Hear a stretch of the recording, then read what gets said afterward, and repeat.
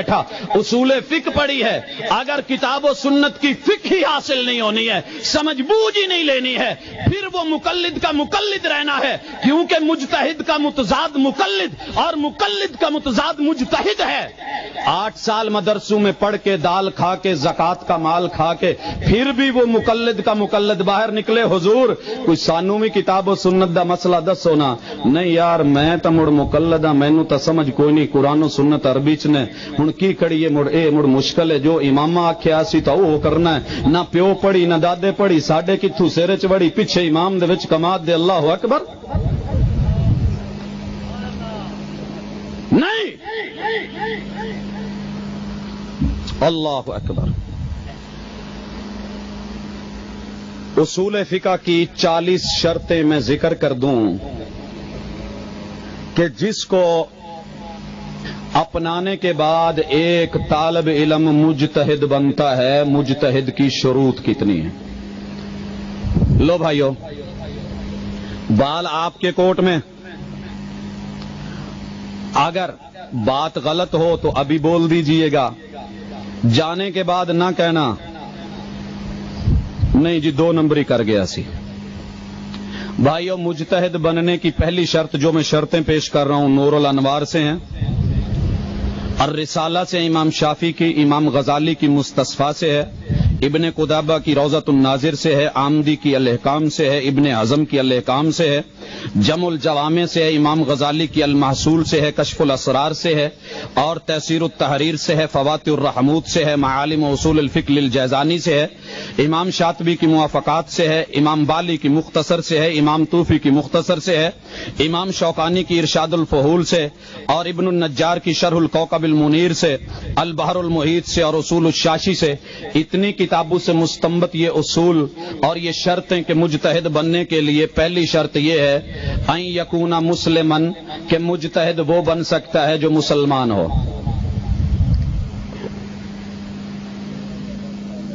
کیوں بھائیو؟ مسلمان ہو، گنتے جائیے انگلی پہ۔ دوسری شرط عقل مند ہو۔ ہم پوچھتے ہیں کہ مقلد بھائی جب تو تقلید کی بات کرتا ہے تو مسلمان نہیں ہوتا، اسلام ہوتا ہے؟ کہتا ہے جی عقل مند، کہتا ہے جی میرے جیسا کوئی ہے نہیں۔ تیسری شرط یکون بالغ، ہم پوچھتے ہیں کہ بھائی بالغ، کہتا ہے یار مچھاں داڑھی آ گئی ہے جہاں تینوں پتہ نہیں لگا میں بالغ ہاں کہ کوئی نہ بالغ تو میں ہاں۔ اچھا چلیں بھی یہ بھی تیرے اندر پائی گئی۔ ان یکون ذکیا فتنا، بڑا ذہین ہو، فتین ہو۔ بھائی آپ کیسے؟ کہتا جی میں تو مدرسہ ٹاپ کر کے آیا ہوں۔ پانچویں شرط یکون حافظا بکتاب اللہ، اللہ کی کتاب کا حافظ ہو۔ کہتا ہے تمہاری وہابیوں کی منزل کچی ہوتی ہے، میری تو منزل بڑی پکی ہے۔ بھائی مبارک ہو۔ ان یکون عالما بکتاب اللہ، چھٹی شرط اللہ کی کتاب کا عالم بھی ہو۔ کہتا ہے جتنے میں مسئلے جانتا ہوں تم نہیں جانتے، ہم کہتے ہیں جی مبارک ہو۔ آٹھویں شرط ان یکون عالما ساتویں ان یکون عالما بآیات الاحکام، اسے احکام کی ایتوں کا بھی پتہ ہو پھر مجتہد بنے گا۔ ہم پوچھتے ہیں، کہتا جی مجھے بڑا پتہ ہے احکام کی ایتیں کون سی ہیں، ہم کہتے ہیں مبارک ہو۔ آٹھویں شرط ان یکون عالما بناسخ القرآن و منسوخہ، اسے پتہ ہو کہ قرآن میں ناسخ کون سی ایتیں، منسوخ کون سی ہے۔ کہتا جی مجھے بڑا پتہ ہے، میں نے بڑی کتابیں پڑھی، ہم کہتے ہیں مبارک ہو۔ نویں شرط ان یکون عالما بالعام والخاص، اسے عام اور خاص کا پتہ ہو۔ دسویں شرط مطلق مقید کا پتہ ہو۔ گیارہویں شرط اسے نص اور ظاہر کا پتہ ہو۔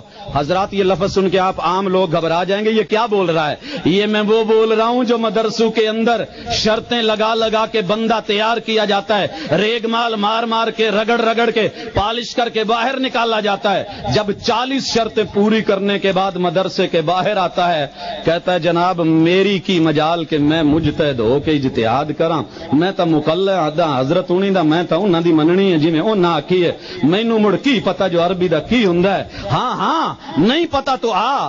11ویں شرط نص اور ظاہر کا پتہ۔ 12ویں شرط جو ہے کہ اس کو مؤول کا پتہ ہو۔ 13ویں شرط مجمل اور مبین کا پتہ ہو۔ 14ویں شرط قرآن کے منطوق اور مفہوم کا علم ہو۔ 15ویں شرط محکم اور متشابہ کو جانتا ہو۔ 16ویں شرط اوامر اور نواہی کو جانتا ہو۔ 17ویں شرط اسباب نزول کا پتہ ہو۔ کسی بھی حنفی مدرسے سے خارج اور نکلے ہوئے خریج سے پوچھئے کہ حضور یہ آپ نے پڑھا ہے؟ یہ کیوں نہیں پڑھیا ایسے؟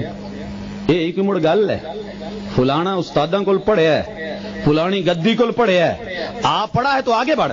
اگلی شرط ہے 18ویں ان یکون عالما بالسنت بجمیع انواعها، سنت کی ساری قسموں کا عالم ہو، اسی پہ اکتفا نہیں کیا۔ اصول فقہ کے لیے شرط مجتہد بننے کے لیے لکھی 19ویں، ان یکون عالما بالسنت المستقلہ، مستقل سنت کا عالم ہو۔ 20ویں شرط بالسنت المفسرۃ للقرآن، قرآن کی تفسیر بیان کرنے والی سنت کا علم ہو۔ 21ویں شرط بالسنت المبینۃ لہ، قرآن کو بیان کرنے والی سنت کا عالم ہو۔ بالسنت المقیدہ، مقید سنت کا علم ہو۔ بالسنت الناسخہ لہ، قرآن کو منسوخ کرنے والی سنت کا عالم ہو۔ 24ویں شرط صحیح اور ضعیف حدیث کا عالم ہو۔ 25ویں شرط اس کو علم ہو کہ اسناد کی صحت کیا ہے اور ضعف کیا ہے۔ 26ویں شرط اس کو علم رجال کی معرفت ہو۔ 27ویں شرط مصطلح الحدیث جانتا ہو۔ 28ویں شرط مدلولات الفاظ کو جانتا ہو۔ 29ویں شرط حدیث کے ناسخ و منسوخ کو جانتا ہو۔ 30ویں شرط اس کو تعارض اور اس کے مراحل کا علم ہو۔ 31ویں شرط اسباب ورود الحدیث کا علم ہو۔ 32ویں شرط لغہ عربیہ کا عالم ہو۔ 33ویں شرط نحو اور صرف کا عالم ہو۔ 34ویں شرط اس کو یہ بھی پتا ہو کہ علم بلاغہ کیا ہے۔ 35ویں شرط اس کو جو ہے منطق کے علم کا پتا ہو۔ 36ویں شرط اس کو سیرت النبی کے علم کا پتا ہونا چاہیے۔ 37ویں شرط اس کو پتا ہونا چاہیے ان یکون عادلا، کہ وہ عادل ہو۔ ان یکون فقیہا، 38ویں شرط 39ویں شرط 38ویں فقیہ ہو۔ 39ویں شرط ان یکون عالما باصول الفقہ، اس کو اصول فقہ آتی ہو۔ 40ویں شرط ان یکون عالما بالفروع الفقہیہ، اس کو فقہی فروع بھی آتی ہوں۔ حضرات 40 چلے کر کے، 40 علم پڑھ کے، 40 شرطیں پوری کر کے نکلا ہے معاشرے کو دین سکھانے کے لیے، لیکن جب پوچھا تو لکھا جاتا ہے کہ جناب میں بھی مقلد ہوں۔